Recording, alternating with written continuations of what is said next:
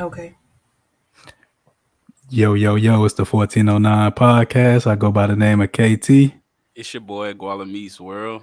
Welcome to episode 66. We have a special guest in here. 66, yeah. How you doing? Go ahead and introduce yourself, man. Oh, well, really? My turn. Hi, you guys. My name is Kristy Angelee, and I'm so excited to be on you guys' show, 1409, correct? So thank you so much for having me. Can't wait. Hey, so, go ahead and give out your social media, any business ventures you have going on. Feel free to plug any of that at this time. Okay. Oh, so okay, you guys, of course, for those that are viewing and don't know me, I am a multi-passionate entrepreneur. Which what that means is I have many entrepreneur passions. I am a chef, just recently completed culinary school at Auguste Escoffier. So you can find me if you want to plug in with me. Just follow. I'm a personal person, so Kristy Smith is just my personal page, and you be able to connect with me via any other social media. I don't really give out all my other social media platforms because I just like to be personable. And then you guys can make your own decision if you want to follow or not. But just in case for those that want to know where you can follow me, Kristy Angelee is my public brand page. And also I have a website, it's KristyAngelee.com. So those are the two places that you may follow me. Hey, that's what's up. You multi-talented out here. Multi-talented. I mean, I do a lot. I'm also a blogger. What else do I do? Of course, I said a chef. I'm a public relations and marketing strategist. I am a event planner. Whimsical Events Galore is the name of my company. Future owner of multiple bed and breakfasts. And so all of these things I'm an author. I have a book that will be released hopefully in March. It's going to be a very, very awesome book helping you to realize your I can in purpose, business, and family. The name of the title of my podcast, which is also my book, is What's Your I Can? Realizing Your I Can in public, in purpose, business, and family. And what that entails is helping people to understand wherever they are in life, whatever challenges they face. Me being a single mom, I'm doing all of this as a single mom of two boys. So helping people to realize that no matter what they face with, no matter what situation, no matter what it is, you have an I can, you have a purpose. And what that does, it help you realize it regardless of the circumstances. And that's what I do, motivational speaker, all at the same time, as we've already stated, an evangelist, for those that don't know. So don't really throw all those things out there. Just, hey, I like to talk, in other words. We definitely gonna get into it for sure.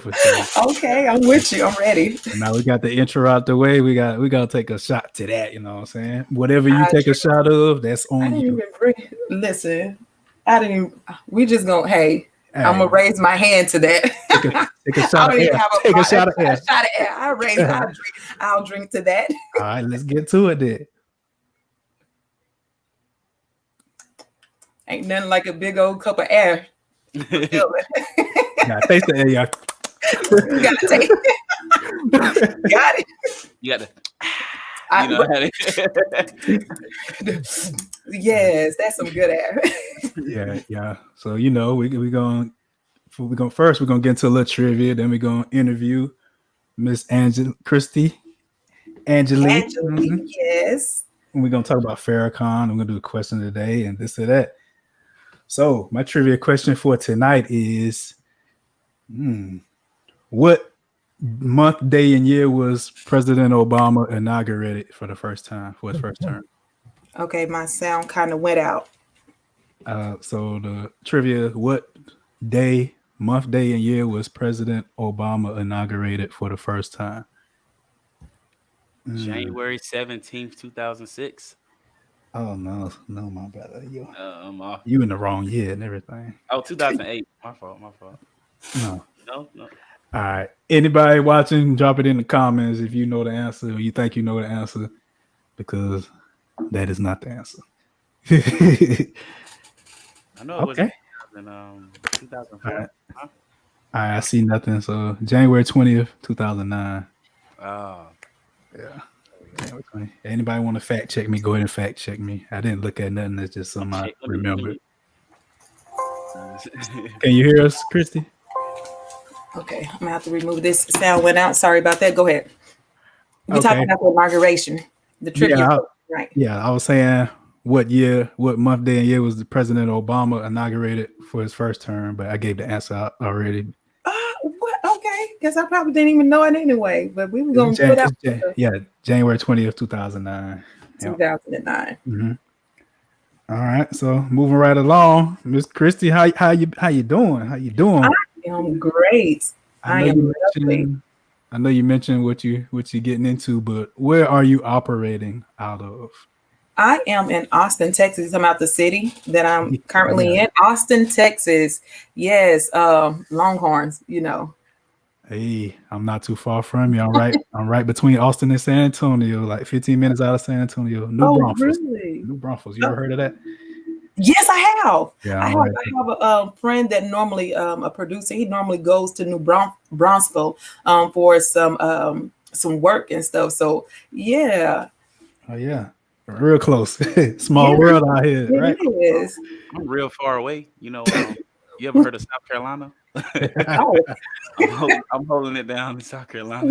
okay. You know what? I'm not gonna leave you out. Shout out to those that's in SC. You know, we show y'all love. Oh yeah, that's where I'm from originally, right? Yeah. What you know about them Southern foods? Mm-hmm.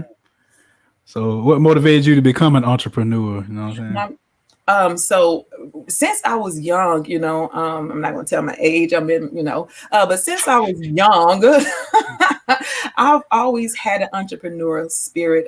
Walking dogs, wanted a lemonade stand, doing anything. I'm talking about 7, 8, 9. I'm always finding myself trying to make some money, getting my hustle on, and all those good things, and just having that mentality of being an entrepreneur. And I think it was more so because of my father. My father was a visionary. He was an entrepreneur, and he always found ways, to make a business out of nothing. We used to, if you guys know anything about pallets, we used to make those, or we had a sawmill. So we was out there, cutting planks and all these things, So I had that upbringing in an entrepreneurial home already. So it's 6 of us. So I think my older brother and myself, we are the ones that kind of, following after my dad's footsteps of being an entrepreneur. And so I'm like, that's real.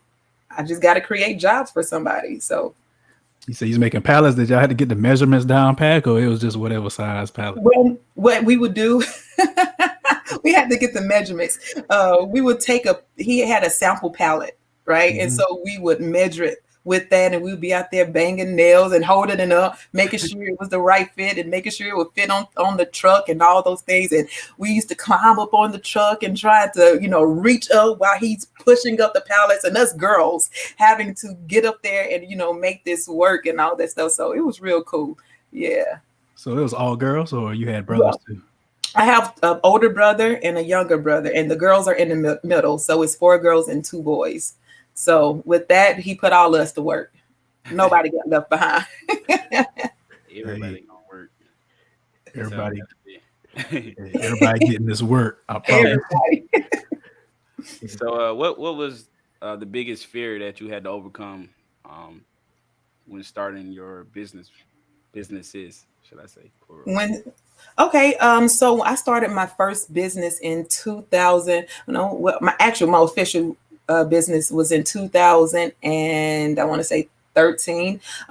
It was it's Whimsical Events Galore now, which is an event planning business, but then it was going through different name changes and stuff, trying to understand what it is that I really wanted to do. And so for the biggest fear for me, I don't think I'm not a person to fear or allow that to stop me. So my biggest challenges, I guess, would just, I don't know. I think it would just like when and where, how I'm going to get it all started, but it wasn't like a fear. It wasn't something that caused me to stop. I learned in college, one of my professors wrote on the board every day. He would say, do the thing you fear to do, and that would be the death of fear. And that was back in 2000, and I want to say 4. When he wrote this on the board, and I still hold on to that saying now. So every time there is a something that I would say, maybe if I don't get the support like I want, or if someone else is out there doing the same thing, and the competition may be so great, or I may face people who don't want to have what I'm offering. So what is it that I do in those moments when fear seems as if it wants to take a hold of me? I always go back to do the thing you fear to do, and that will be the depth of fear. And so I just jump for it, head first, sink or swim, and I'm a swimmer. So I just go for it. I got to write that saying down and keep it. Yes. You got to swim or you got to tread water. You can't do no sinking. Exactly. That's something you got to do like this. We're going to be doggy paddle. But we making it to the other side. We ain't dying. Already know. Are you bound to drizzle? Already. So how was the beginning processes of entrepreneurship? The beginning of it was a little, I guess it was a little intimidating, because I'm a visionary. And so when I don't think about just the right now. I'm already thinking about, expanding. So I could think of something like, okay, I want to have a restaurant. Okay, well, now my mind is already in like multiple cities where I want my restaurants to be. And so the beginning process of it is always, okay, I know the end results, so let me work backwards. And so I can make sure that I get to the end result. So if I know I want to have multiple businesses in the inner cities or even international and all those things.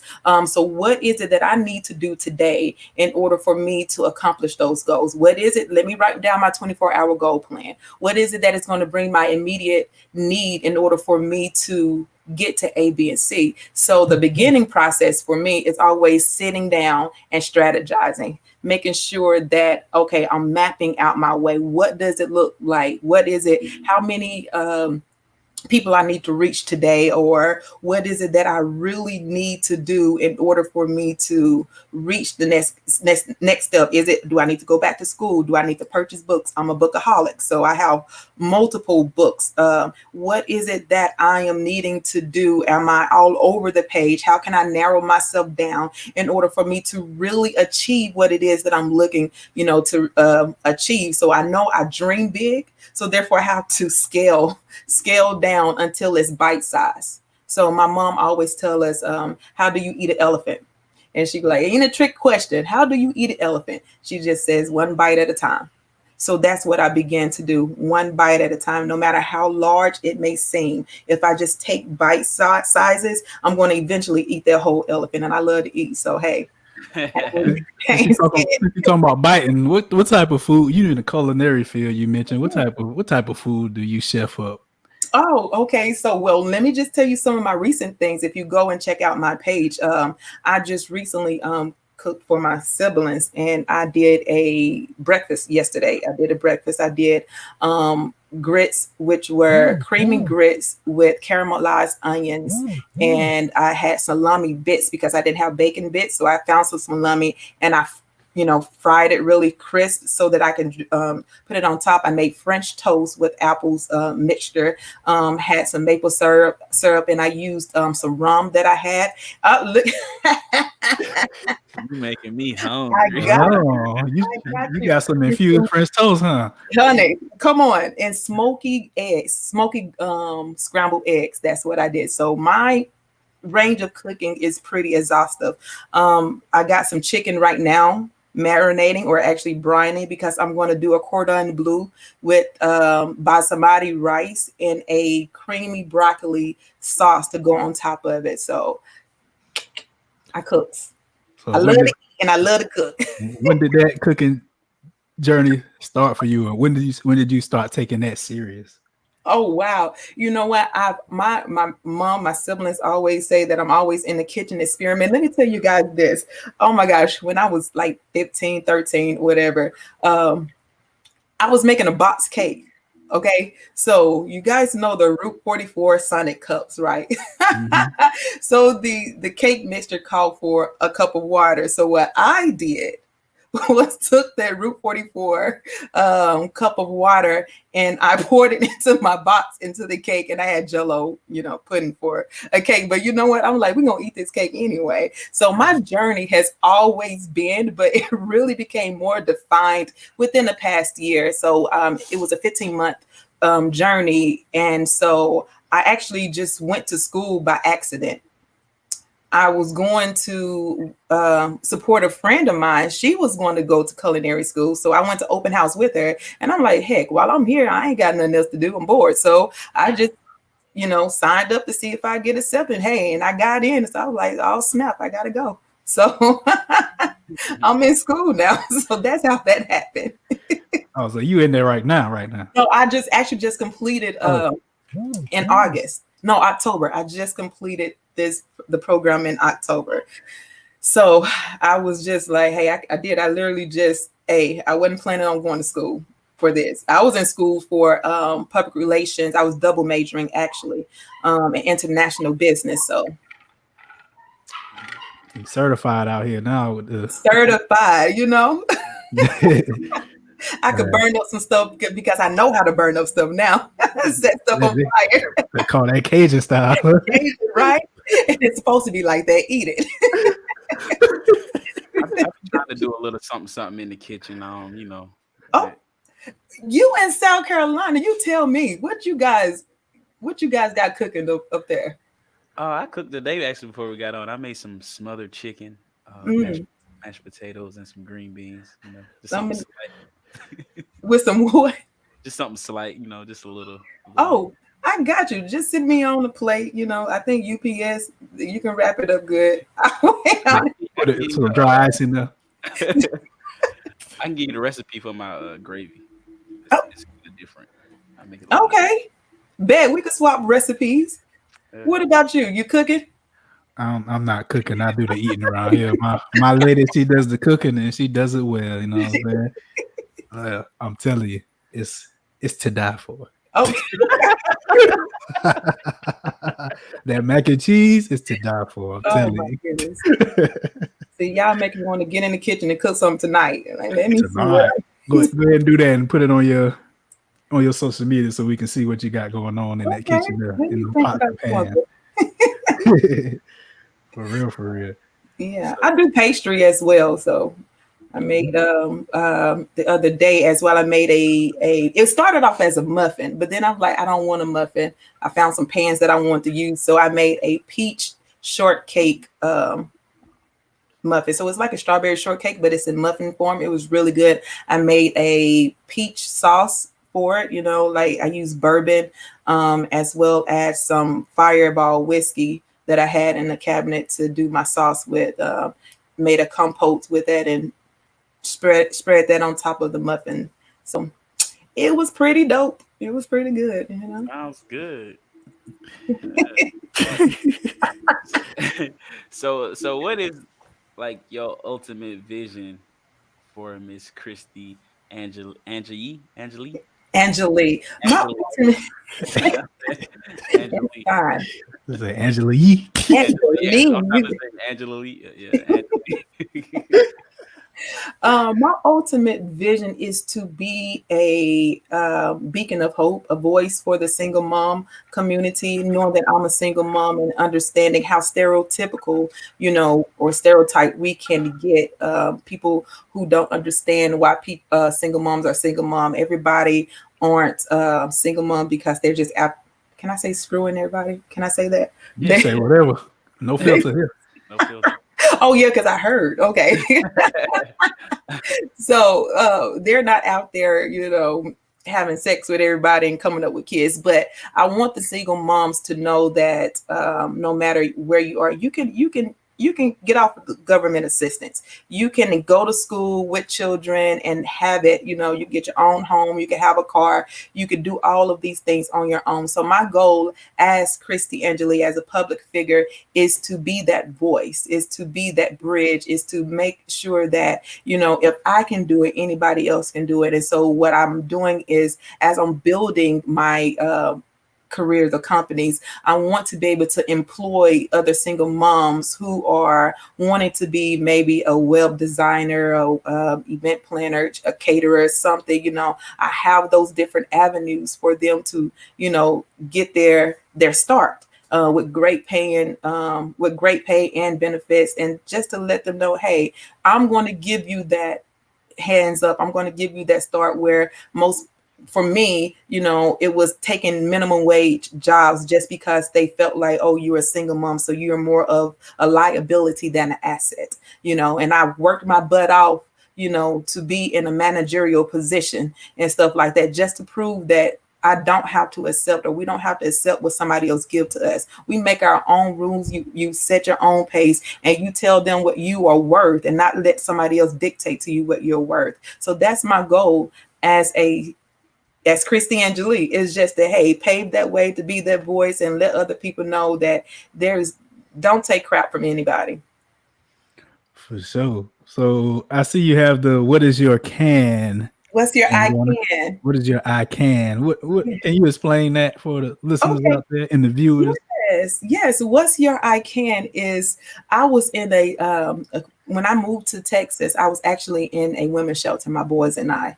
And so in the middle of the floor, I was crying. My children had just went to school, and I was like, I have no idea, like, where my next step was going to be and what I was going to do. And I was like, why am I here? So that whole little moment of being all hysterical and stuff. And I was crying and I was praying, and I was like, okay, what is it? What is it that I'm here? Why am I here? What is it that I'm supposed to be doing? And so I'm telling you, God spoke, and he was like, Philippians 4:13 says, I could do all things through Christ. We all know that scripture. But then I began to really think about it. I'm like, okay, and so what? So that's what I said. And why are you telling me this? And so the question was asked to me, what's your I can? And when I heard that, I began to see things in a totally different light. Some people say, and I've heard it happen to me. So I'm telling you my story of how people would say, well, you should be over this by now. You should move past this stage. You should be, no, if I want to cry, that's my I can, whatever it is, wherever stage I'm in. But I have to realize that even though I'm here, doesn't mean I have to stay here. I don't have to just, dwell in the mud and just continue to be dirty. I can get back up and cleanse myself out. And so for that was the whole what's your I can movement, and that whole transforming of my mind to understanding that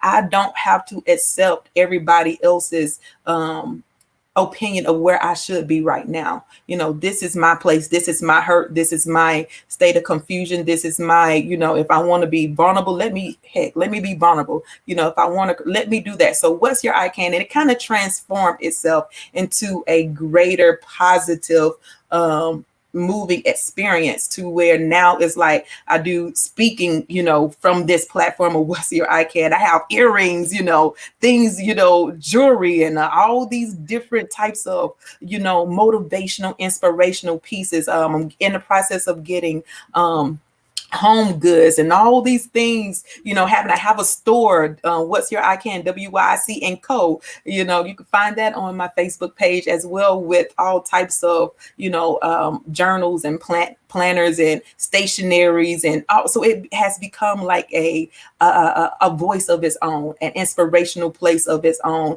where you can go and get things for your office that is very motivational and help you to think things through. Like, you don't have to settle, you don't have to just give in. So that's what's your I can is all about, realizing your I can, and heck, go for it. If you want to be a business owner, if you want to be a motivational speaker, if you want to be, whatever you want to be, like, do it. Don't allow anybody to stop you and tell you what you can't do. If you have that vision, you have that purpose, if God gave it to you, heck, do it. Screw what everybody else say. That's you. Can't nobody dictate to you how it's supposed to be done, because they don't see what you're seeing. So that's your I can.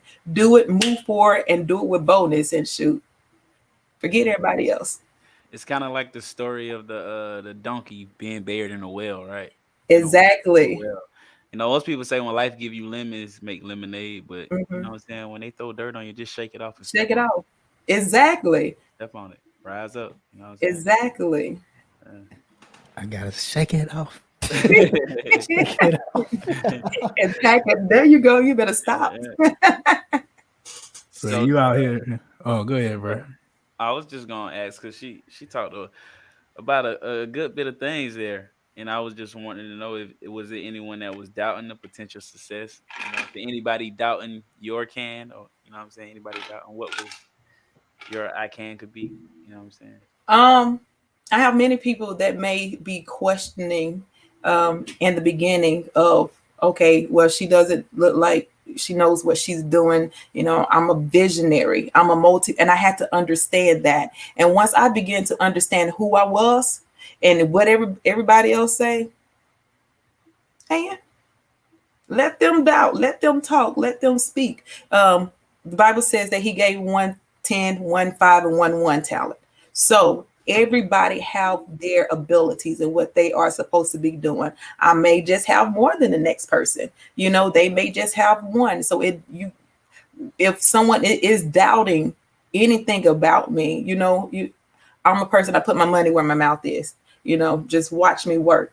Just watch me produce. Watch me. I don't say anything lightly. If I say I'm going to do it, you know, believe that Kristy is going to make it happen. Kristy is going to do it. So for all those that doubt, I just pray that it's an encouragement for where they are to see, oh, well, heck, if she could do it, I can do it too. And that just squashes all the doubters.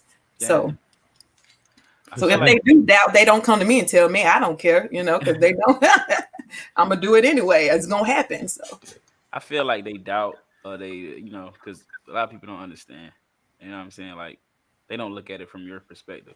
And what I like to say to like the doubters too, like the same way you looking at anybody, you know what I'm saying? The same way you looking at somebody else's life, you have somebody else looking at your life the same way. So exactly, you know what I'm saying? If you aspiring to be somebody looking at your life aspiring to be you. You know what I'm saying? You doubting somebody looking at your life doubting you. So you got to take that into consideration and just give out the energy that you want back. You know what I'm saying? In every aspect.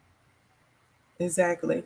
And and it may be an intimidating thing for people, especially when they don't see themselves progressing and they see someone else, especially when you're starting out in the same boat, in the same circumstances, or even they just see you advancing and they feel like, well, I should have been, you know. And so what they do in order for them to feel better about themselves is, you know, how the crowd mentality. You know, they want to pull you down and want to hold you back, and because they doubt themselves, they doubt if they are able to fulfill whatever assignment or whatever purpose, whatever vision that they have. So instead of asking for your help or asking, how did you do this? How did you make it through this storm? How did you overcome this obstacle? You know, what they do instead is come and attack you so that you can be hindered, so that they can feel, you know, y'all be back on the same playing ground. So I just, hey, you know, if you want to know, I'm open. You know, I don't mind sharing. I don't mind giving you the resources. I don't mind, but you know, I just don't have anybody has come to me, I don't think, and ever talked anything about me. A lot of folks don't, you know, they say stuff behind your back, but you know what? I just don't care. If you ain't saying it in your face, you don't acknowledge it. Huh? You don't need to Listen, acknowledge. let them talk. Well, I know y'all don't listen to his music because of his allegations, but what R. Kelly said, haters gonna hang. Exactly. I think Dave That's my Chappelle boy, said that. R. Kelly. Well, he's marking R. Kelly. Gonna hate. Exactly. So once he was speaking truth, you know, regardless of his allegations, Lord. He spoke some truth. He already understood, he peeped the game, and he already knew. So yeah. Mhm. So we talk about the hating. We're gonna talk about the helping. I know you probably a pretty helpful person. You probably helped others. Was anybody that helped you? Anybody, oh man, there are numerous people that come in and help me in various ways, through prayer, through my siblings. They my guinea pigs. Okay, so, and I'll be like, y'all want to eat this? Y'all gonna try this today? So they have been there in many ways to help me. One of my girl boss, and Cassandra Fisher, when I moved here, she has been a very inspirational tool in my life to encouraging me and pushing me. She's actually the one that really pushed me to write my book. And so my mom, my best friend, who's been a great asset along the way, been there supporting, just making things happen. So I have a lot of people who have been great assets in my life to help me reach the point to where I am, so it's too many to name and I don't want to leave anybody out. So everybody that has prayed for me, anybody that I've talked to, you guys allow me to, share my vision with you guys.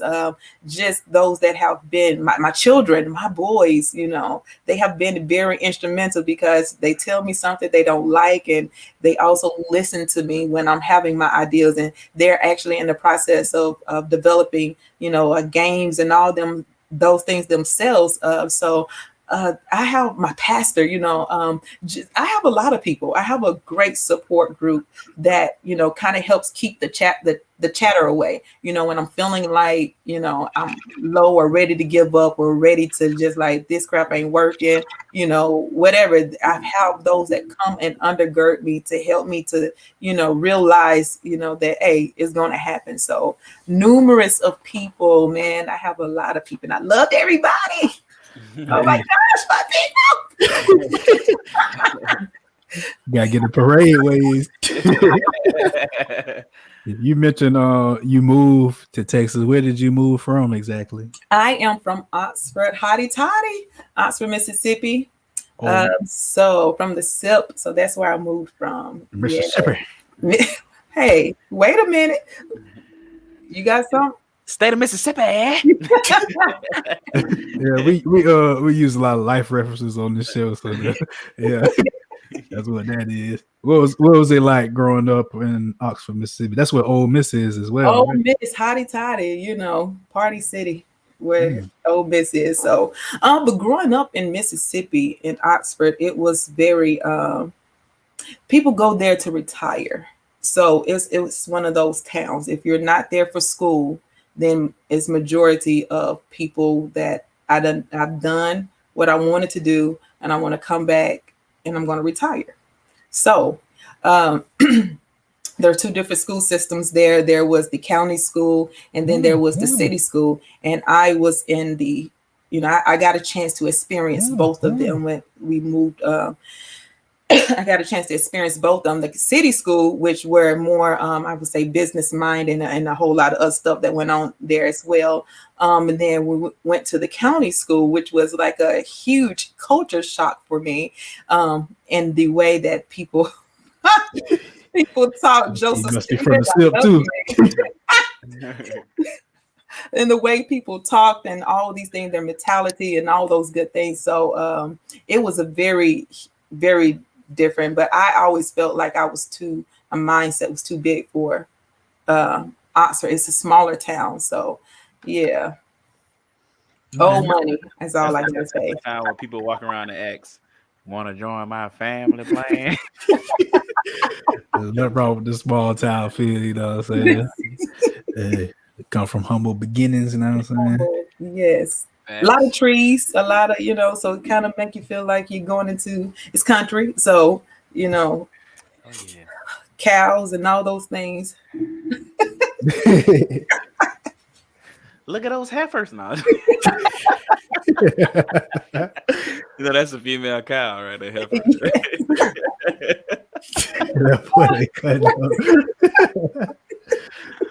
Oh, no, I'm just. So it's really... when you said cows, it reminded me of that's why I said that. One of my homeboys told me a story. He was like, him and his brother was driving. His brother was in the passenger seat, and they rode by some cows. And his brother just rolled down the window and yelled at the cows, "Look at you heifers!" Every time I hear cows, I think of that story. Like, oh my God, that's wild.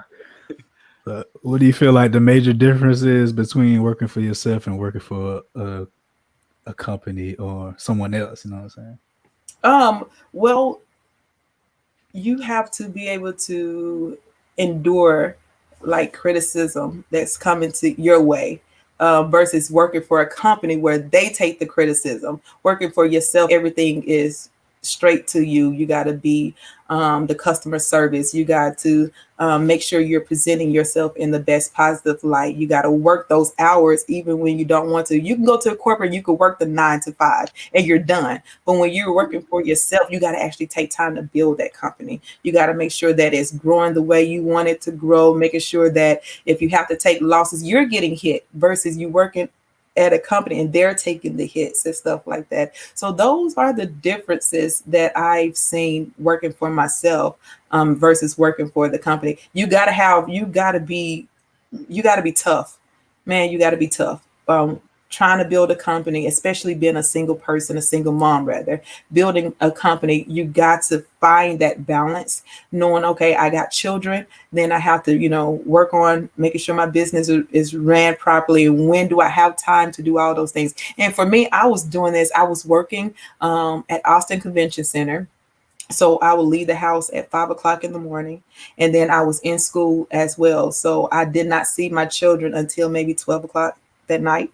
So having to take some losses. And so in between trying to figure out when do I have time to even build Kristy Angelee brand? When do I have time? So it was a real, versus just working for yourself, you have more of a lead where you have more freedom. You have more, I don't have to worry about those things that an entrepreneur has to worry about. If my taxes are done right, if I'm filing correctly, am I positioning myself, my business, and all these different things that comes to you as an entrepreneur? Am I networking correctly? And all these things that you are trying to take a grasp while you are an entrepreneur. See, you don't have those same worries as a 9 to 5 person that you do as an entrepreneur. So those are some differences that I've noticed. Okay. So with all those differences that you noticed, what are some of the most important factors that you had to like base your businesses on to make sure it had a solid foundation? One of the things that I base myself on is one, knowing who God is, knowing who God, that's my foundation. And then being a business of a company or person of integrity. So I'm listening and hearing and seeing how other companies run, their business. And I look and I'm like, well, I don't want my business to be like this. So by looking and paying attention to working at Austin Convention Center, I learned the whatnots and I learned what to do. So I took those same tools and those same principles and I began to apply them to myself. And I like the way they handled certain aspects of the company, maybe like putting a menu together, or how the chefs may have talked to their employees, and when they had an issue, how they, those things, building a culture, a climate in the inside, a relationship. So when I'm working and doing my own, I take bits and pieces of those and making sure my foundation, making sure that, I am positioning myself in the best light possible, being a person of integrity, being a person of my word, making sure that when I'm testing out what I'm doing before I just put it out, making sure that it's good quality, making sure that I am having, the substance, whatever I'm needing. So listening to my older brother, he's an entrepreneur as well, and how he's, the things that he had to deal with and go through as an entrepreneur. And so I take those same principles about getting my LLC, getting my DUN number, getting my, EIN, getting myself into the position of obtaining money to where I don't have to pay anything back, having insurance for myself, and having, making sure that I am having my money spread about so that it won't be all in one pot, So these things that I make sure that my foundation is structured properly, so that if it take a hit, it won't just, I don't go off a trend. So making sure that what I do is tested, is proven, and is able to stand any type of weather, instead of being based off of, oh, what's the next trend that's going on, what is the next fastest way to make that money and stuff like that. No, just the same way you made it fast is the same way you can lose it. But I heard when I'm reading some of the books that I read, like the Donald Trump, I'm going to use him for example, regardless of what people say, guess what, he can go bankrupt 1,000 times, but he know how to make his money back, because he got the wisdom and the understanding, versus someone who go out there and they get that quick rich, getting quick rich and all that stuff. You maybe won the lottery, and how you gonna get that money back once it's gone? So making sure I'm understanding the principles behind the success, making sure that if I go bankrupt, then do I have a system in place so that I can go back and make it again? So reading these books, reading The Richest Man in Babylon, how to invest, how to make your money work for you, how to make sure that you're putting your money in the right places as a business person, as an entity, to make sure that it's growing properly so that you won't have to take out these loans. I don't take out not one loan for anything that I do. I have multiple savings. I have multiple investment accounts. I have life insurance and all these things, because I understand that I want my business to be successful. In order for me to do that, I have to surround myself with those things that's going to give me the greatest success. Listening to the Warren Buffett's, reading the Dale Carnegies and all these people who made it happen, looking at the Rockefellers and how they built their tower and how they, and all these things, where instead of looking at the quick riches and seeing what they're doing, I look at the Candy Burris, and see how she makes her money. She still has money from back in the day and how she made it and grew it, versus these people who are coming up really fast and getting fortune and fame and all that stuff. Once it's gone, what are they going to fall back on? Can they duplicate that again? Can they give that system to someone else so that they can be able to achieve? So my foundation is a very secure one, a very structured one, because it's a system that I have in place in order for me to grow and sustain myself. For sure. So what advice would you give any aspiring entrepreneurs out here, anyone trying to start their own brand, their own entity? I would say be sure, be certain of what you're wanting to do, and don't back down. Gather yourself with people that are going to lead and guide you in the right direction. Connect to, not just, don't network just to be network. Everybody want to network. Oh, I'm going to this network. Make sure you're networking with people. They say birds of the feather, flock together. You can't go and talk to a fisher if you want to know how to be a doctor. I don't see any logic in that. That's like totally out of what you're wanting. And surround yourself with people that know more than you. If you are as they say, if you're the smartest one in your group, some ain't right. Some ain't right. So challenge yourself.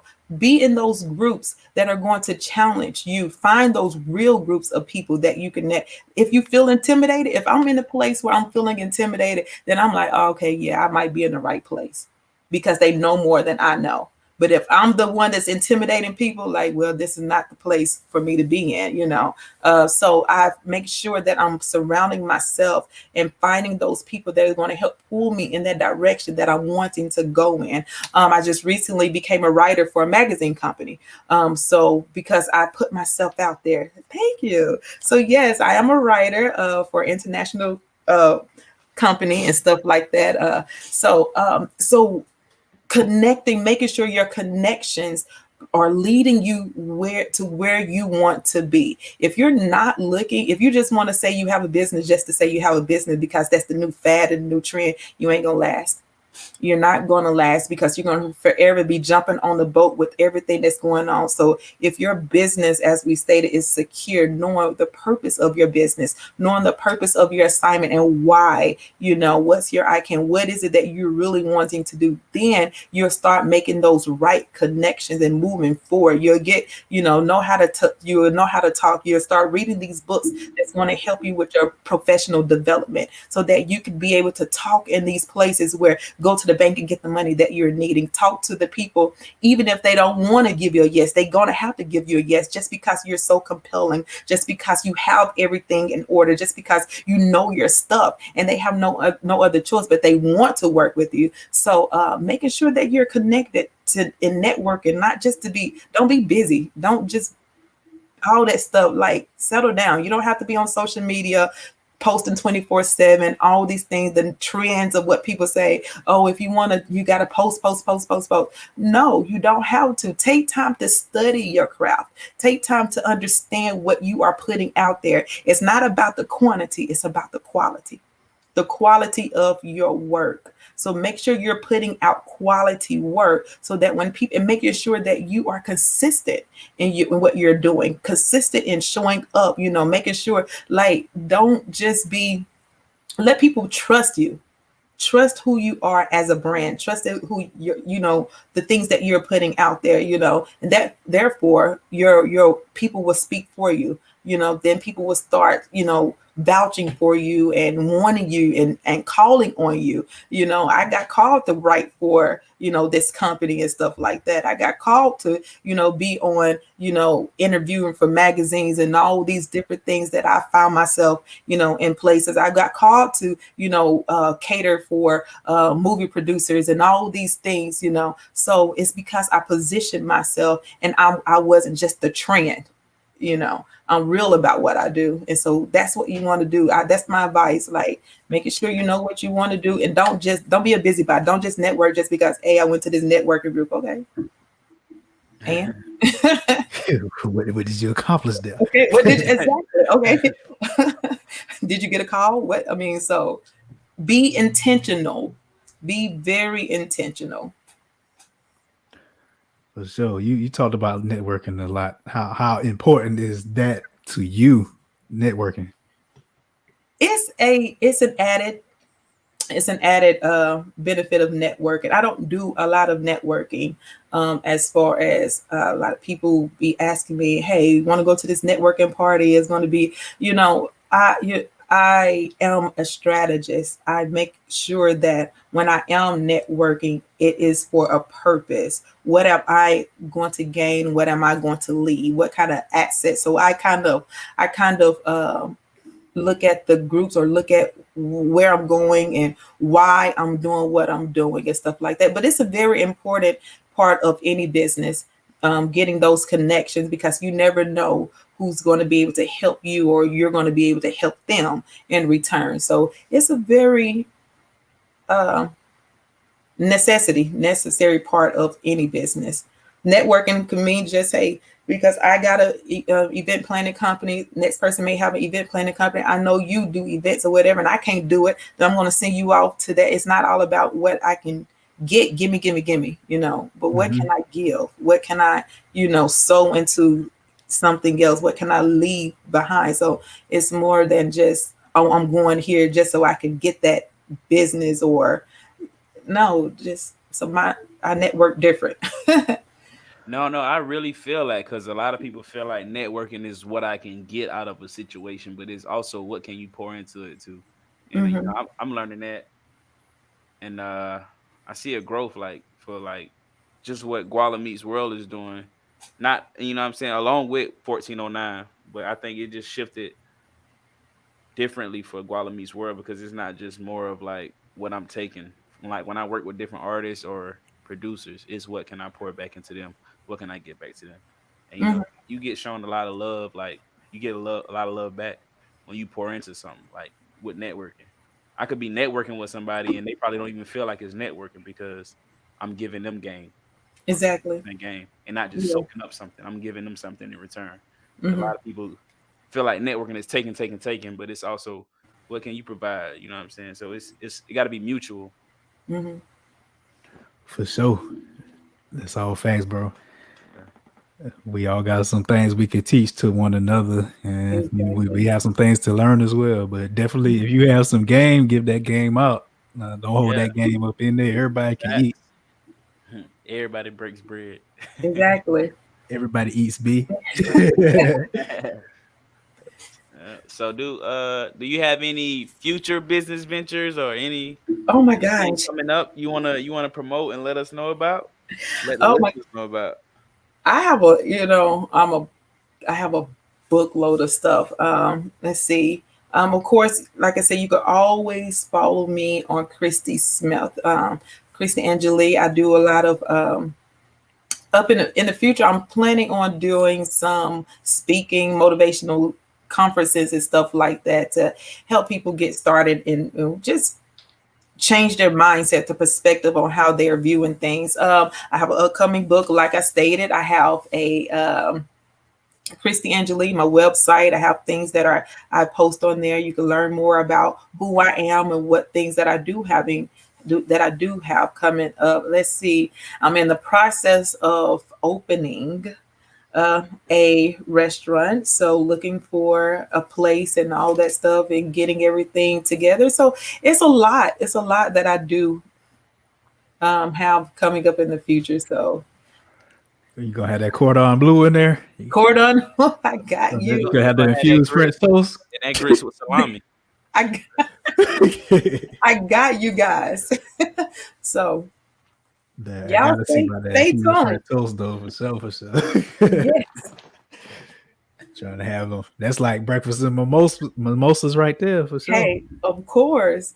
Mhm. Exactly. I took some to my brother not too long earlier today. And he was like, "What is this?" I'm like, "Dude, just eat it now." So he ended up tasting it. He was like, "That's pretty good." I was like, "I know it's good." Trying to check me, clown my Make you feel good too. yeah. Yeah, Yeah. I definitely gonna see about that. Whenever that opens up, I'm gonna be right there. I'm right up the road to him and be right there at the grand Oh, opening. of course. I'm gonna put you on the VIP. So I'm gonna have you already a table. Come on, come on and drive from South Carolina. I don't know about driving, but I'll take a flight. I'll take a flight now. I don't know about Right on. driving. I have you a seat waiting as well. The 1409. I Yeah, got you yeah, guys. it'll be about 45 minutes for me, but yeah, for him it'll Yeah, be you know what I'm saying. A day. I want a day, but get on that flight. Four got hours, you. like 3, 4 hours. Okay. Yeah. So before we move on to the next thing, go ahead and plug your business ventures and social media again one more time before we move on to the next little things we have going on here. Okay, well, you can find me at Kristy Angelee. If you're on Instagram, the real Kristy Angelee, Kristyangelee. On Facebook, it's Kristy Angelee. That's my public figure page. And if you just want to chill with me, just Kristy Smith. You can find me right there. I like to talk, you guys. I like to have fun. And so you guys just make sure you're connecting with me. For sure, for sure. Okay. So next thing we want to talk about, we recently watched a video with Farrakhan, Oh, Mr. really? Rollins World. He put me on that. So you wanna go ahead and talk about that a little bit, my brother. Yeah. So basically, 2020 been rough.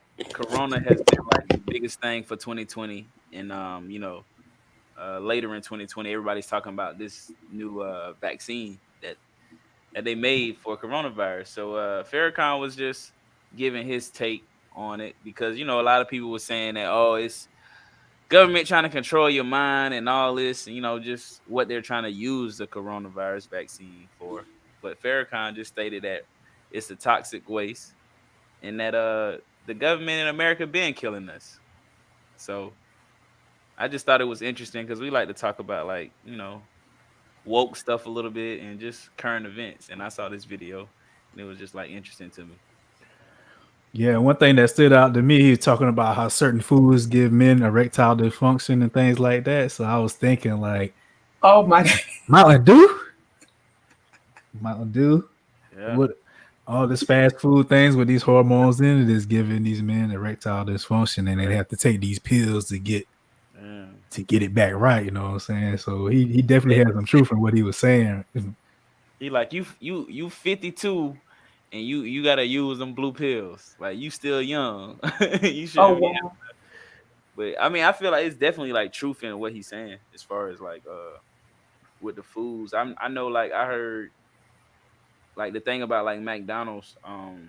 they were using like soy, a lot of soy. Well, a lot of the industry was using a lot of soy products. Mm-hmm. And soy, it heightens like estrogen in men and like young men. You know what I'm saying? To like try to like suppress masculinity in like young men growing up. So like why they were eating like Happy Meals, like McDonald's, like burgers and patties are like soy patties. They're not real patties. And other like restaurants, it's not like they just use a lot of soy in their food to like try to suppress masculinity in like our community. Yeah, man, it's wild out here. It's wicked out here for real, for real. Like if you go to like the black community, it's not many like healthy choices of food out there. It's just like potato chips, hot fries, Cheetos, and all of that. You know what I'm saying? They don't have like the supermarket where you can get your fresh produce and things like that. People are starting to promote that now because they realize what's going on. But for the most part, it's not out there like that. It's just the unhealthy stuff out there. Popeyes, you know what I'm saying? Yeah. And then it's like if like families have to use government assistance, you know what I'm saying? If they, you know what I'm saying, when they go to buy like certain, they go buy grocery shopping, they're not gonna buy like the expensive stuff. They're gonna get like the genetically modified foods, which genetically modified foods are not good for us. But you know what I'm saying? It took me a while to realize that, to try to like change up my habits on like what I go search for like in the stores now. I try to get like fresh produce. I don't eat canned goods no more. It's like a process. I stopped eating canned goods. I don't eat canned goods at all. So if I do buy vegetables, I buy like frozen vegetables if I don't buy like the fresh ones. So I try to make sure it's all natural, not like genetically modified and stuff like that.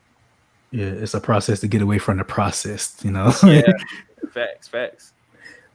We don't mean to leave you out, Miss Kristy Angelee. You had any one thing you want to put into that? Oh, no, you guys are doing great.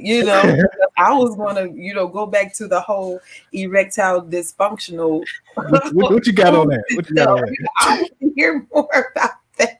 But you telling, you guys are, breaking it down on the different foods and stuff like that. But what are they saying that foods you can eat that will maybe combat those that may be having erectile dysfunctional? Did they say any foods to eat?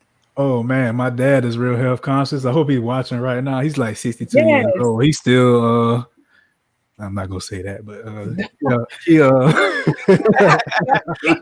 don't get no and they're trying to call my phone.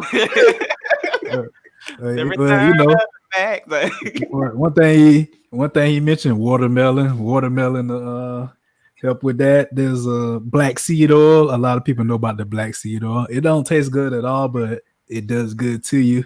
You know what I'm saying? It's something like a enhancement. Yeah. It's something like some enhancement. It works both ways, male and female. They can get some of that black seed oil. You can order it off Amazon. You know what I'm saying? Get you right. It'll boost you. It'll boost your experience. What? If you need a little boost, get you some black seed oil. You know what I'm saying? Get you some ginseng. I think the statement I heard about what made me look closely into genetically modified food and just like so I can't remember where I heard it, but they say you are what you eat, right? Mm-hmm. So and they was just using seedless grapes because I love grapes and I used to eat seedless grapes because I'm thinking like I had no idea it's like genetically modified. I'm thinking just like right. It's a fruit, so it's healthy for me. Yeah. So I'm like eating my seedless grapes. And they're like, you are what you eat. So think about seedless grapes. They have no seeds. So if you keep eating that, you would be seedless. I'm like, hold up, man. I want to produce some beautiful seeds in this world. So when I heard that, it just made me like look closer and stuff like, and just like learn different stuff. I'm like, okay, so yeah, I don't eat them seedless grapes, them white grapes and them red grapes. Y'all see that got seedless. I don't rock with them no more. Give me the muscadines.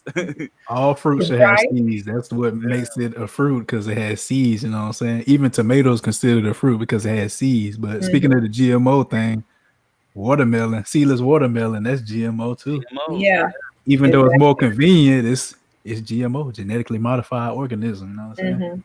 want to get them. I want to spit them seeds out. I want to swallow some of them seeds and see them come out the other end sometimes too. That's how My pops used to say if you eat them seeds, watermelon gonna grow in you. He was telling me that when I was little, so I used to be scared to swallow the watermelon seeds.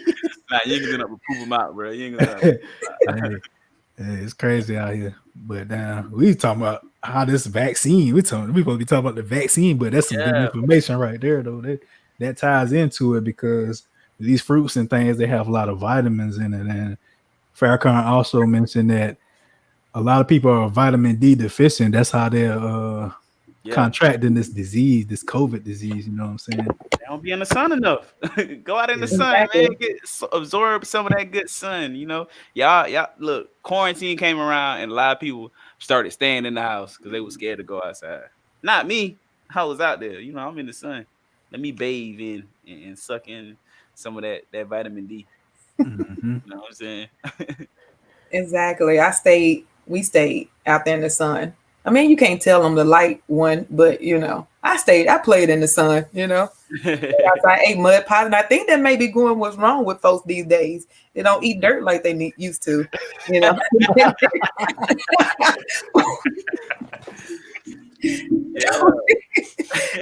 They lacking some natural nutrients, you know. They rely on the foods to give them what a genetically modified food. Them.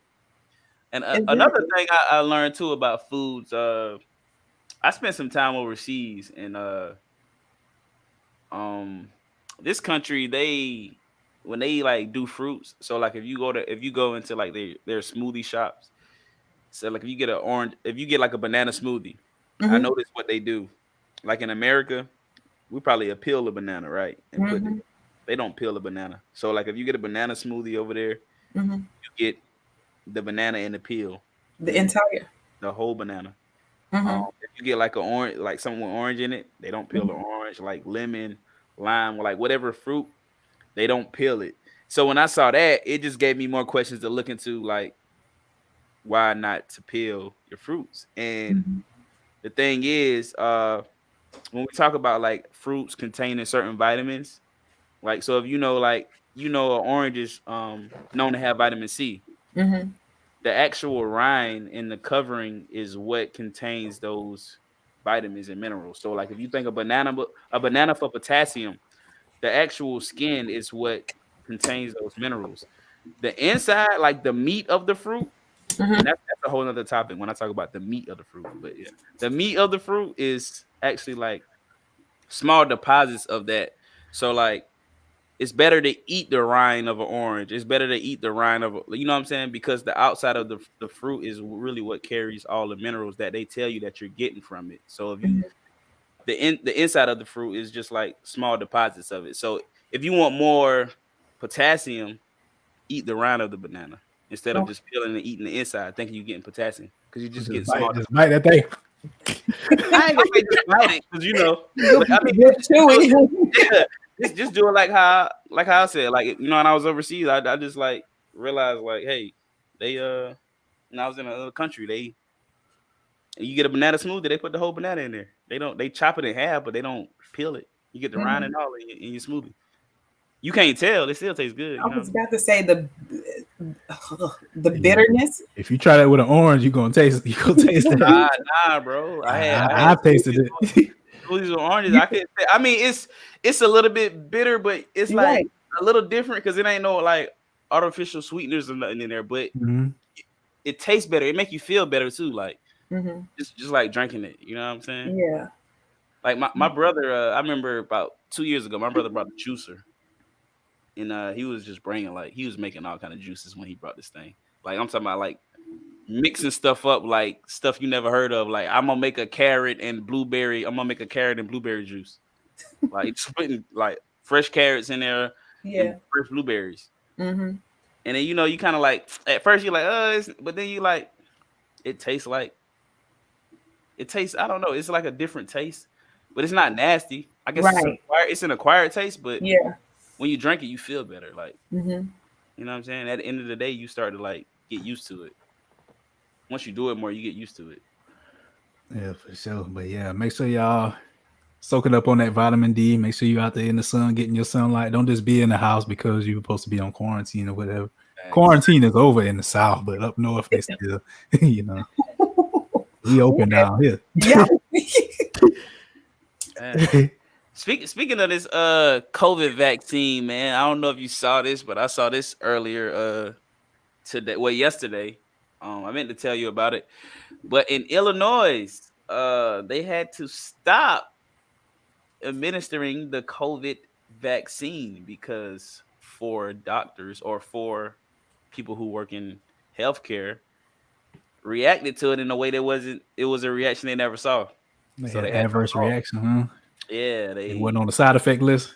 no, it wasn't on the side effect list, so they had to stop administering it. So for the It people that are taking the vaccine, man, just make sure y'all doing more research into like, you know what I'm saying, side effects, how it's affecting people. You know what I'm saying? Not just people, not just how it's affecting you. Look at how it's gonna affect you. We talked about the seeds. Look how it's gonna affect your seeds. Exactly. You know what I'm saying? You still gonna plan to have children. Look at, you know what I'm saying, how far along can it affect in the generation? You know what I'm saying? Before you just go outside and go out there and take this vaccine because, you know what I'm saying? And that's crazy because that's something that you really don't know dealing with. This is something new and it hasn't had that trial period, in order to be tested to see the results. So you're actually just gambling with your life altogether.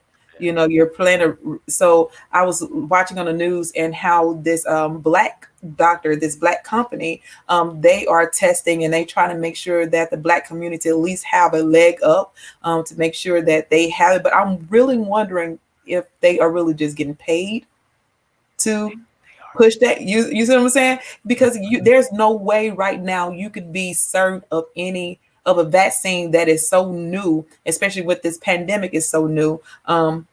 Or what is going to be the side effect. And so you're hearing people and you're seeing people. Of course, there's going to be various types because you don't know, like, how are they testing it with the blood of each person and how it's going to react to each person, how, what reaction is going to cause what. You don't know that until years and years of study.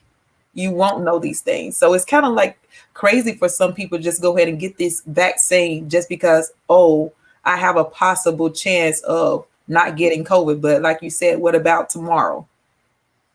For sure. And some of these vaccines, the pharmaceutical companies that help produce them, you know what I'm saying, those have to be kept at a certain temperature. So that might be some of the reason that some of these people are having adverse effects too, you know what I'm saying? Right. Think about it. Because it wasn't at that right temperature. Well, I don't know what that temperature is, but yeah, it could be a number of things. But for me, I done said it before. I'm not gonna take this vaccine. I mean, that's just my personal. I don't want any listener to feel like because I'm not taking it that you should not consider taking it. I mean, look at the benefits, the cons. You know what I'm saying, the pros and the cons. You know what I'm saying? Look at your situation. Your situation may be way different from mine. You know what I'm saying? But for me, I feel like it's not something that I would willingly want to take. You know what I'm saying? Because it's so new. You know, I've been doing like research where I heard that okay, coronavirus does have a patent number, and the vaccine had a patent number like since 2014, but still, like that's just something I'm not gonna do right now. for sure. So And with that being said, Weezer, I was about to say, and it ain't because of like I was going back earlier. It ain't because of mind control. The government being controlling y'all mind. Casey, you already know what I'm about to say. Like, look, people will sit at a red light, no danger coming on either side. You will sit at that red light and wait for it to turn green before you go. So tell me how that ain't mind control. The government being controlling y'all mind. basically run the red light if it's clear. Run it if it's clear. Just run it. If it's clear with no cameras. Just run it. Oh man. So with that being said, what's that question of the day? Okay, we get to this question of the day, man. Ooh, question of the day. I can't wait. Oh yeah. We know you can't prepare it. I'm ready. So the question of the day is, Why are humans so confident in beliefs that can't be proven?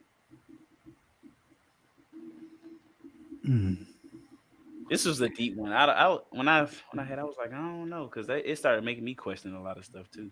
Like, What beliefs? There's a lot of things that if they're basing it off science, that's one thing because hypotheses always changing. yeah, Scientists aren't a sure thing. And first of all, let's look at the whole where our beliefs come from. One it talks about we're talking about faith. So faith is something that you hope for and evidence of things not seen. We all know what faith is all about. That's just believing in something. We just have this natural, innate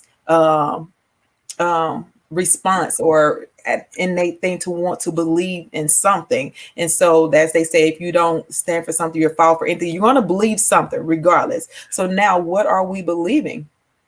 What are we believing? Are we believing in something that can be proven? Because there are a lot of beliefs out there. Yeah, like you said, they really can't because it's what is attached to the other end of it. Is it scientific belief where it's always changing, like evolution? Let's take that for example. They're talking about the Big Bang theory. That's science, right? So they're always changing their theory about how something got started. So that alone, I wouldn't believe in science because they don't know.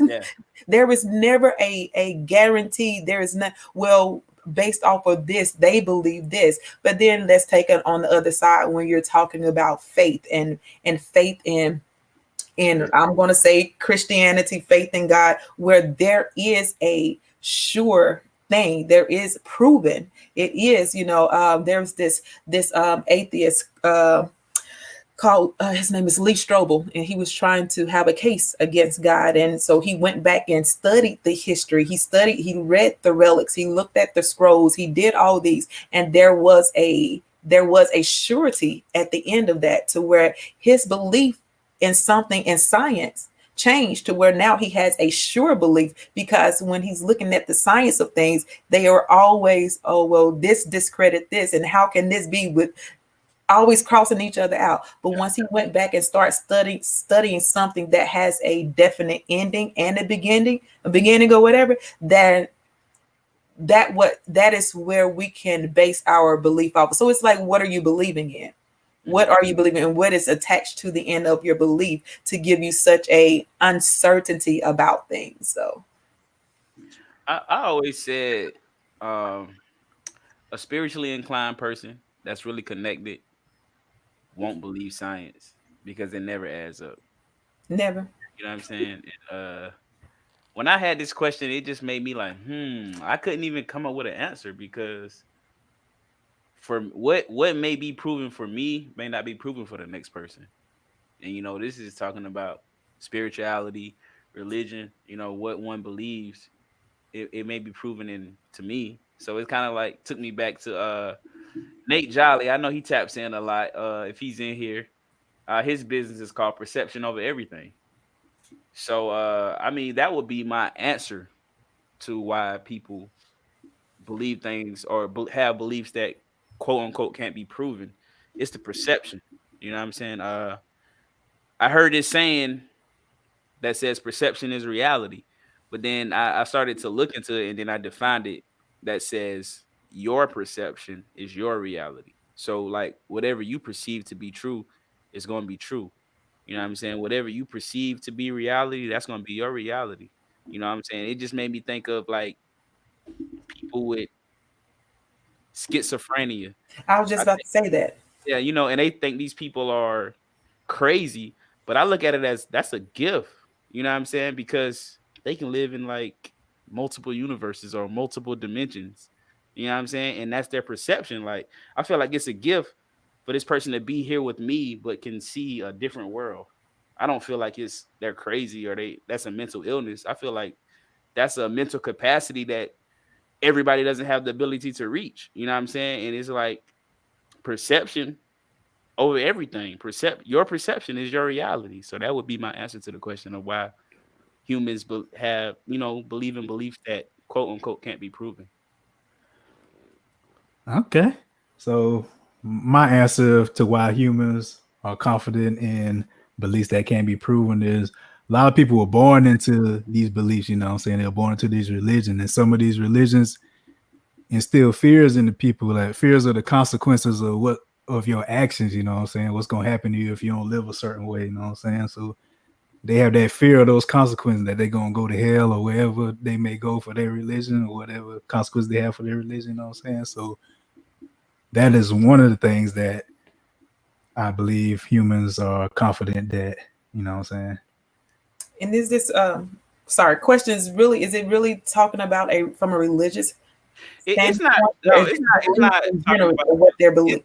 yeah, it's just in general. You know, Mm-hmm. I didn't want to like when I made the question. I was like, okay, I could see how we would gear toward religion, but it's definitely not toward religion. It's just any belief. Like, Belief that a person have, what makes yeah, them any confident belief. in a belief. It's Yeah. something that, you know what I'm saying. Any belief. Okay. So it could be the tooth fairy, anything, huh? Yeah, Hey, like yeah, exactly. Like the tooth fairy. Like when you little, what make you believe unicorn. Santa Claus. Santa Claus? Exactly. Like it's everything, not just Yeah. religion. But I feel like we hip to religion so much because that's like the one thing that people talk about. That because there's so many different religions, and it's like, how can you prove which religion is right? You know, I think that's the thing that we automatically hip to. But this question isn't geared toward religion. It's just Mm-hmm. geared toward like you say, the tooth fairy, Easter bunny, like all this. You know what I'm saying? What makes Yeah. us so confident into that? You know what I I'm think saying? it's something of what we grew up in, you know. Yeah. If that's Mm-hmm. what we've been instilled into, like believing in, shoot, the fairy steal socks, you know, you always missing the sock. Like, Yeah. what the heck is my other sock? I put two socks in it. It's the fairies. You know, if you grew up believing that there's fairies that steal in socks, then that's your belief because you have proven, you know, based off of that. Or, you know, I think it's just, you know, your environment teaches Wow. you what to believe in. Your environment teaches you how to respond to nature itself or certain coincidences of superstition. You know, people who believe in superstition. You know, because if you look at the cow long enough your child gonna come out mooing. You know, I've Yeah. heard all of these things. You know, growing up myself, and people hold on to what they believe in. I may not believe in superstition, but that doesn't mean the next person don't, because in my environment, you know, that was like, okay, that's just, I don't believe it. If the black cat cross your path, you're going to have bad luck for however many days. But the next person might, because in their environment, that's, you know, reality for them. As you were stating, reality was, oh, the black cat crossed my path. Now I've been getting bad luck every day since that darn black cat. The cat need to be shot. You know, so it's based off of, you know, even if it can't be proven, just because you believe what somebody else told you, your grandma, your auntie, your, you know, you're Yeah, going that's to those believe it fears. without proof There's because those you fears. trust those people. So Mm-hmm. that's what makes people so confident in beliefs that cannot be proven, just because you trust the person that told you. And that's why I had like after I thought about the question, I was like, okay, I don't want to like gear my answer just toward religion. Right. So that's why I said the perception of everything, Yeah. because it's like you say, like however you perceive it, however you Mhm. perceive your environment, however you take it in, and it's also like basically what both of you guys are saying, like whatever you're fed subconsciously at, I mean, Exactly. whatever you're fed at a young age, you're gonna keep that in your mind subconsciously, and also fear does play a big part into getting people to believe anything. Mm-hmm. You know what I'm saying? Like I feel like a play on emotions. It's a lot of factors that go into this. You know what I'm Right. saying? Definitely like environment. I would say perception. I feel like all our answers is some of the key factors that play into it. The environment you grow into, Mm-hmm. fear, the Mm-hmm. perception of, you know what I'm saying, how you seeing it. It's so I guess if we had to like combine our answers and say, I guess it's the play on emotions that Yeah. make people, you know what I'm saying, be so confident in the beliefs that quote unquote Right. proven. Mm-hmm. Right. All right, so this or that. Yeah, this or that. I already have a couple down. My bad, I didn't mean to cut you out. What you gonna say, man, Miss Christie? Oh, nothing. I'm ready. This or Oh, that. I'm trying to figure out oh, what you this is. ready? Game, right? Game Yeah, time. I yeah, like Yeah, games. Very little, competitive. All right, let's go. yeah. I already thought of something based off some of the things you said in this episode. So, watermelon or cantaloupe? Watermelon. Watermelon. I gotta go with that cantaloupe, man. I gotta go with a cantaloupe. Me too. I ate too much watermelon as a youngster, Miss Christie. So I don't I We had used to my have a fair watermelon share, field but by our house, so we used to just go and pick all the watermelons. And just eat Okay. them. I Too much mean, watermelon. yeah, I had my fair share. But yeah, I'm going with the cantaloupe. cantaloupe. Okay. I mean, salt. Anybody sprinkle salt on there? We Cantaloupe or fruit? I experienced a little bit of that growing up, but that's not my thing at this moment. Okay. I told you where I was at, right? Yeah. That's how There you go. Sprinkle a little salt on that on the melons, watermelons, cantaloupes, honeydew. Sprinkle a little salt on all of them. You know, Exactly. it ain't gonna hurt nothing. Oh man, that brought me to another point. We talking about grits. What you put in your grits? Sugar or salt in your grits or butter? What do you? Oh, it depends on when I'm eating. I didn't put sugar in my grits and stuff the other day. For real? For real. I just soaked it in beef broth and yeah. And did I sprinkle any That's porridge. That's porridge there. Yeah, I didn't put I added some butter and I added some, but I didn't put any sugar or I may have added maybe a teaspoon of salt. But it just depends on how I'm making it. But other than that, sugar. Sugar? Really? Oh man. Listen. What? Sugar and butter and some cheese? No, salt, pepper, butter, and some cheese. I could just do salt, pepper, and butter, and I'm good. I don't have to have the cheese, but cheese is a bonus. Because the cheese adds some saltiness to it. So that combination of sugar and salt is you need to try it. I'm gonna bless you. Listen, I don't. Yeah. I have had my grits with sugar in them. Mm-hmm. I will eat it. I will say that. Okay. But my preference is, them thick old grits your grandma cooked and things off the stove. You go and throw some butter on them, a little salt, pepper, With the whole butter, a little cheese on them. You know what I'm saying? Yeah. Yeah, man. All right. Y'all got any? I got another one, but then if y'all got some, I'll hold off. Go ahead. I won't have nothing. Yeah, she mentioned the French toast, the infused French toast. So I'm gonna and fruit. I'm not infused. French toast or waffles or pancakes. Oh man, that's not even fair. Waffles. No, pancakes. I'm gonna do pancakes. You get Pancakes. Pancakes. Yep. That is a tough I one. eat pancakes over everything else. Yeah.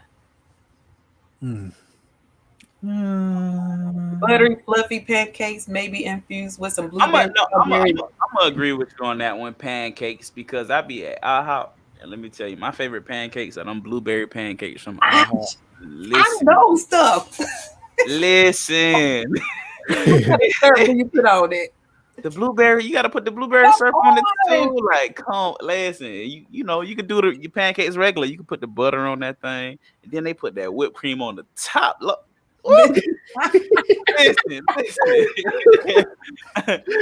listen, I'm telling you.